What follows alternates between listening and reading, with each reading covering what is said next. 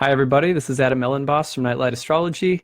It is February 19th. I always have to look at my screen. I never know the date. It's February 19th, and I'm doing a video blog today on the sun entering Pisces. Now, the reason that I've chosen to do a little video blog today on the sun entering the sign of Pisces is because we now have 4 planets moving through Pisces at the same time. So there's quite a lineup of planets all in the same sign, which makes it sort of a good time to just discuss Pisces. And I always like to do something on Pisces every year because Pisces is one of those signs that sometimes gets sort of unfairly dumped on. Like people, there's a lot of cliches about every sign of the zodiac. But Pisces is one of those signs that seems to get heaped on with cliches and projections and things like that. So I thought, let's do something for Pisces today. It's going to be pretty brief, but I wanted to say a few things. All right. Remember that there are 2 domiciles of Jupiter in the zodiac. Now, Jupiter's 2 signs, Sagittarius and Pisces. Now, in modern astrology, we love to think about Pisces in relationship to Neptune, but I'd really advise everybody this is part of my soapbox, right? Study classical astrology. It's really, really important to study classical astrology because when you do, you learn that the entire language of astrology, the domicile rulerships, the dignities, and the way that the entire circle is arranged traditionally is so intricate and so beautiful. And really, the outer planets don't have a clear-cut role within that language. Everything fits together in ways that are more sophisticated than most people realize. From not just the domicile rulers, but the way that the domicile rulers interact to create what are called exiles, to create the scheme of the aspects and what the aspects mean and how they work, to the exaltations and the falls. It's so intricate. So in my personal opinion, after really studying classical astrology for a while now, I believe that the outer planets are profound tools of our system, but they really don't belong as rulers. So that's my little soapbox stand. You can, if you want to join one of my courses sometime, you can hear me rail on that for a while longer. But I'm not going to talk about Pisces in relationship to Neptune today as the ruler anyway. We're going to talk about it as a Jupiter-ruled sign. So at any rate, there's 2 Jupiter-ruled signs. One is Sagittarius, one is Pisces. One is masculine and very fiery. So if you think of Jupiter, you think of the sage, the professor, the prophet. You think of the minister. You think of people wearing official robes of state, like in the old world, like a senator or a judge or a lawyer or a priest or a priestess, something like that. That's Jupiter. And Jupiter is actually traditionally associated with kings and emperors and people of high authority, connected, of course, to Zeus in the Greek world and Jupiter in the Roman pantheon. And in Sagittarius, you get the real fiery masculine Jupiter. And Jupiter is also a planet that has to do with confirmation, truth, saying yes to things, faith, hope, confidence, certainty. You also think of Jupiter in relationship to anything that is going to grow and proliferate. Okay, so that's a bit of Jupiter, and especially in the fiery abode. But what about the feminine abode of Pisces? That's Jupiter's feminine home, and it's a more watery Jupiter. Here you have the Jupiter that's more about things like imagination and mystery, hope and faith, but through the lens of human suffering and through the realities of the human body, which water is more connected to than fire is. So you have a much more sort of down-to-earth Jupiter in Pisces, even though people would typically think that Pisces would be the one that's more sort of spacey. And again, a lot of that has to do with the connections to Neptune that people make. So, but really, better to think of Jupiter in Pisces, Jupiter's relationship to Pisces, as a place of compassion, a place where faith and feeling come together. So think about it like that. Now, this is also the last sign of winter in the Northern Hemisphere, which is where the zodiac comes from. And so we have archetypes also associated with the last 30 days of the dark half of the year. From Libra all the way up to Pisces, we are in the period of year where there's more dark during the 24-hour period than there is light. But what's happening in Pisces is we are pushing forward past the winter into the equilibrium of spring equinox. So we have the 50-50 light and dark again, and then the light takes over. So Pisces is about darkness, moving toward equilibrium, and then the turn to the light half of the year. All of that is captured in this faithful, feeling-oriented sign of Pisces. So those are all amazing qualities. And you can think about another thing that's a very powerful part of the Piscean archetype is the gestation of spring. It's like the last little flutterings before the butterfly emerges from its cocoon, and the light kind of takes over at the springtime. Well, this is also a characteristic part of how we experience faith in life. This is, in Jupiter's fiery sign, it's very passionate and intense and convicted, right? But Pisces is more gestational, right? So if you think about, sometimes faith is something that emerges through our experiences, through darkness, through suffering, through pain, through difficulty, through complex emotions, and suddenly something kicks through the chaos and darkness of those complicated human realities, and out comes the light. And so Pisces' relationship to faith is nowhere near as sort of confident and bold as Sagittarius. It's more gestational, it's more emotional, and it comes out of the complications of winter, of darkness. So, and of the complexities of the human heart and human condition. So you have a much more feminine Jupiter. So think about faith as being something that's both, a lot of people have been wounded in the world by masculine versions of faith.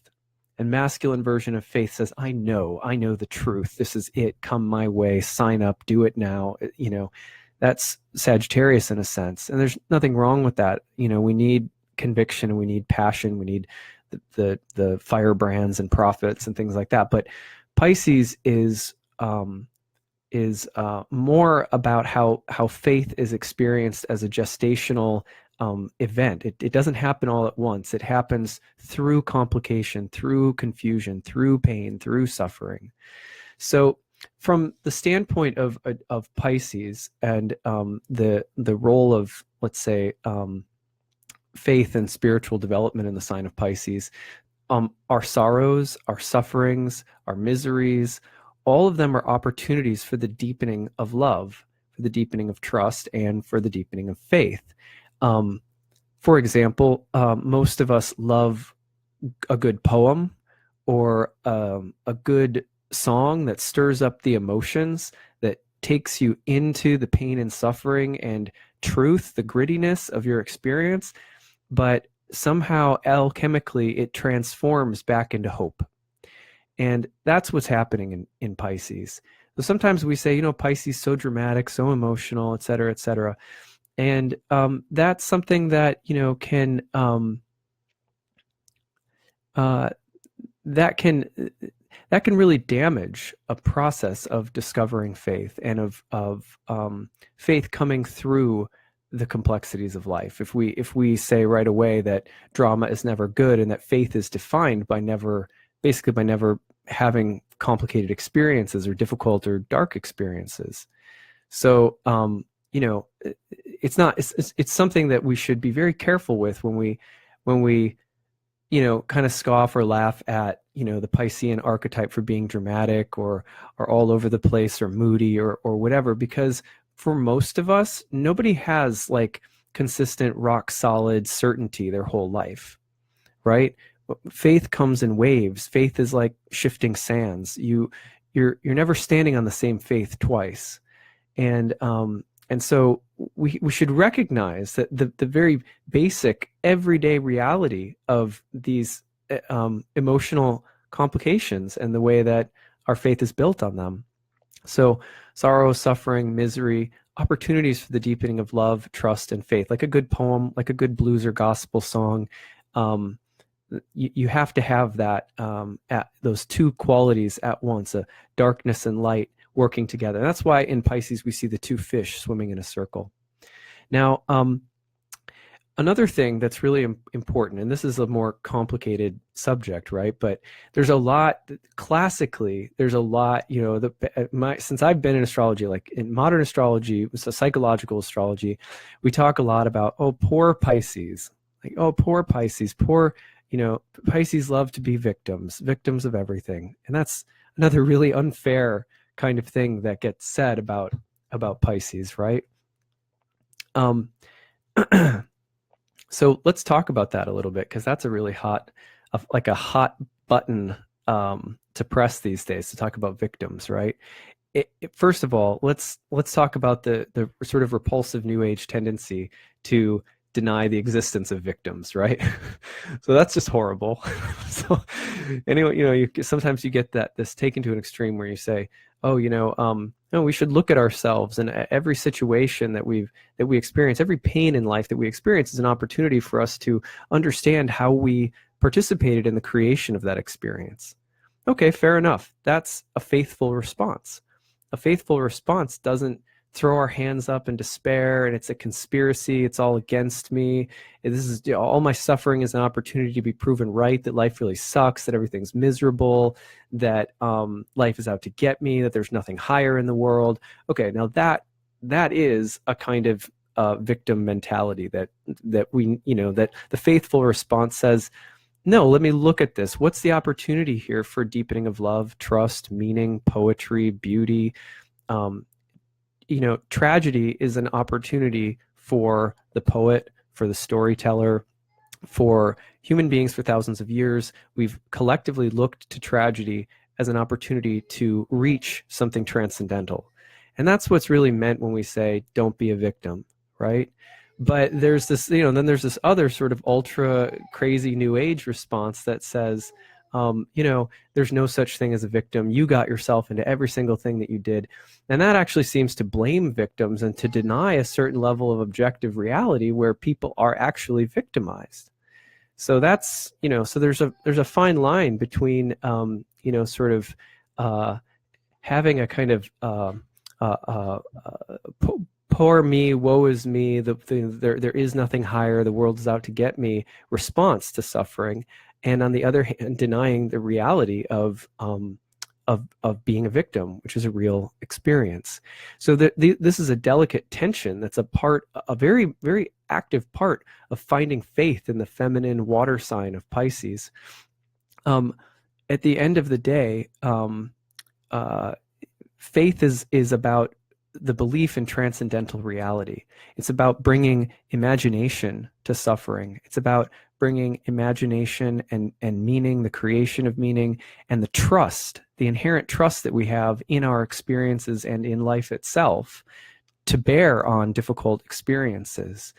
But there isn't just one way of doing that, and it's not this linear kind of take ownership. That's actually like a super masculine, and again, I would say if we're talking about the faithful response, that's going to be more Sagittarian, right?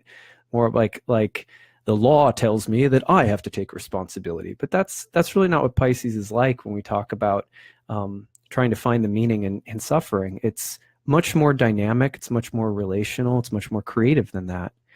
So I hope that sort of those ramblings at least clear up some of my own thoughts for my readers and such on this whole thing about victims and Pisces.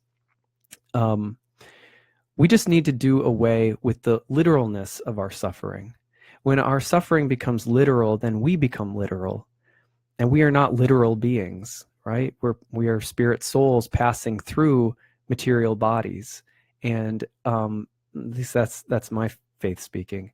And so our response to the events of material life, if we get stuck in the concrete and the literal of those events, we always miss an opportunity to grow faith, to grow wisdom, to grow compassion, to grow relationship and friendship, and to really just stay in our hearts.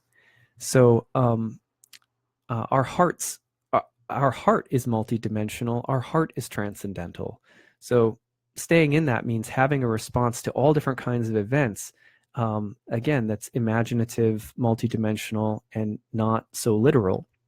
To do that, we also, going back to the sort of gestational qualities of Pisces, we have to be able to understand our experiences in life, the ups and downs of life, as we are all process-oriented beings, because our bodies are changing all the time. Our material realities are impermanent and changing all the time. So as we pass through these experiences, we're always moving through the gestations of that Pisces really represents, and our faith is always being built upon such shifting sands. Anyway, another thing that's really important for Pisces is being around people who don't have the desire to seek out transcendental or imaginative meaning, psychological depth in life.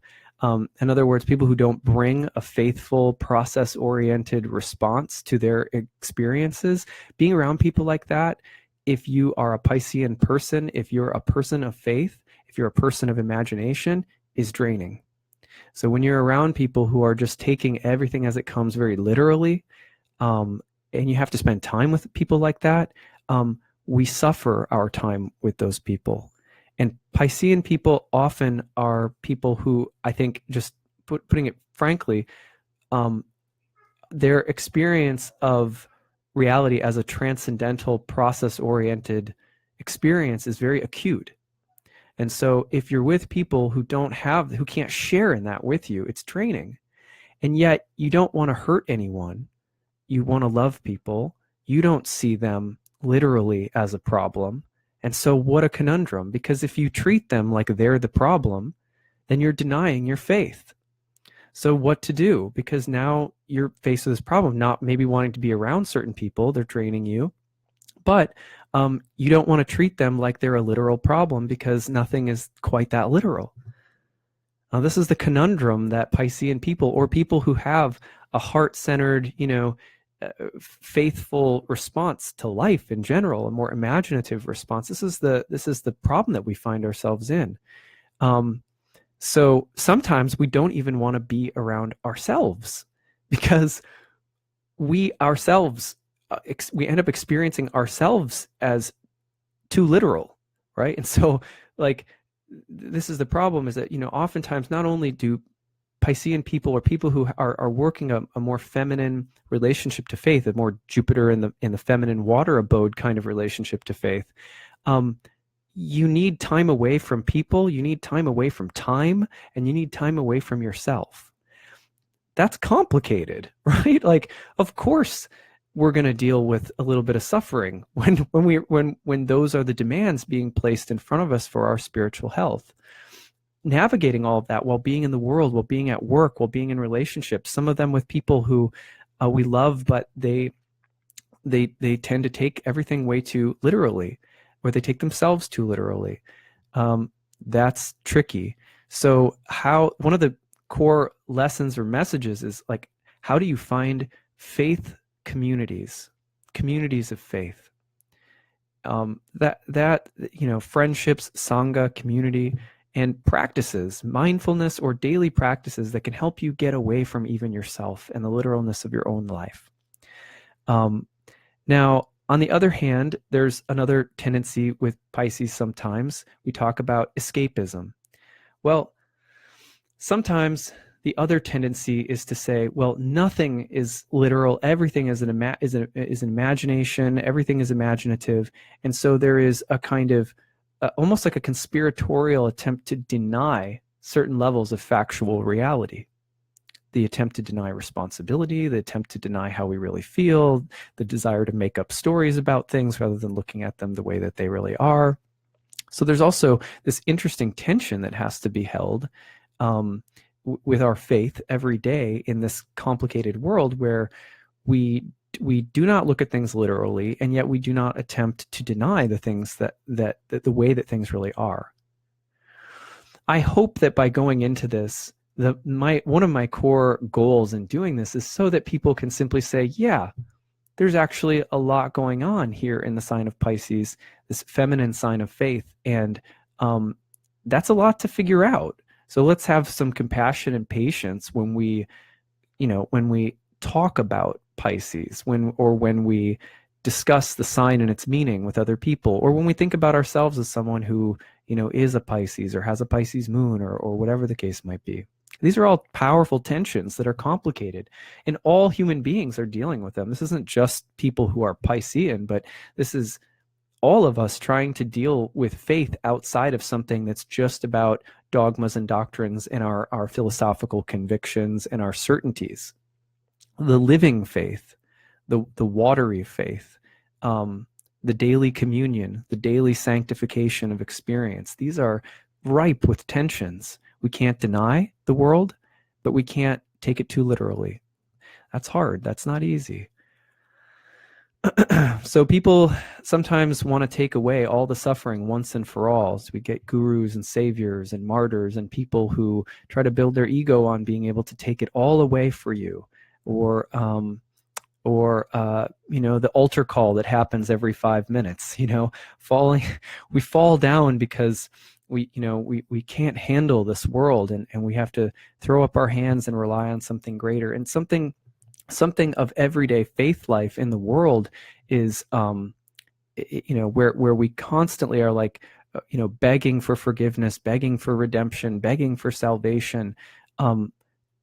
Something of that kind of attitude and response is also telling us that we don't have enough of an imagination. We're missing the beauty around us as well. Or on the other hand, people who want to say it's all beautiful, it's all bliss, it's all, oh my God, haven't you just seen that it's all rainbows 24/7? Both responses, impatient on some level, remember, Pisces is just gestational. You got to stick with the process. There's two fish swimming in an eternal circle. Can we get in there and just swim around with them maybe a couple hundred times before we come to any conclusion? Right? There's reasons that most saintly traditions tell us that to really go deeply into the crucible of faith, where it's really built inside of our hearts, you have to pray in rounds. You have to circumambulate, our gods and goddesses. You have to be in prayer constantly, circularly, often, regularly, on and on and on, because we don't get there by trying to jump out or quickly coming to a conclusion about all of it. We don't get there by, begging for forgiveness every 5 seconds. We don't get there by condemning ourselves over and over again, or dismissing ourselves over and over again really impatiently. So can we stick with it? Can we stick with the emotion, the feeling, the image, the experience, and let it be and do and inform us how it will? So at any rate, these are some things I wanted to say about Pisces today. I just wrote down a list of things that came to mind. If for nothing else, then to give us some way of thinking and holding this beautiful, faithful sign without just a quick bucket of cliches. So I hope that you all have an inspiring, faithful Piscean season where your faith is renewed and inspired, and that your heart is filled with the reminder of how beautiful and treacherous this life is at once. So just hopefully we can all hold those tensions together in our hearts and see what work it does on us. All right, everybody, you guys have a very beautiful week and a very beautiful Monday. Thanks so much for tuning in. Bye.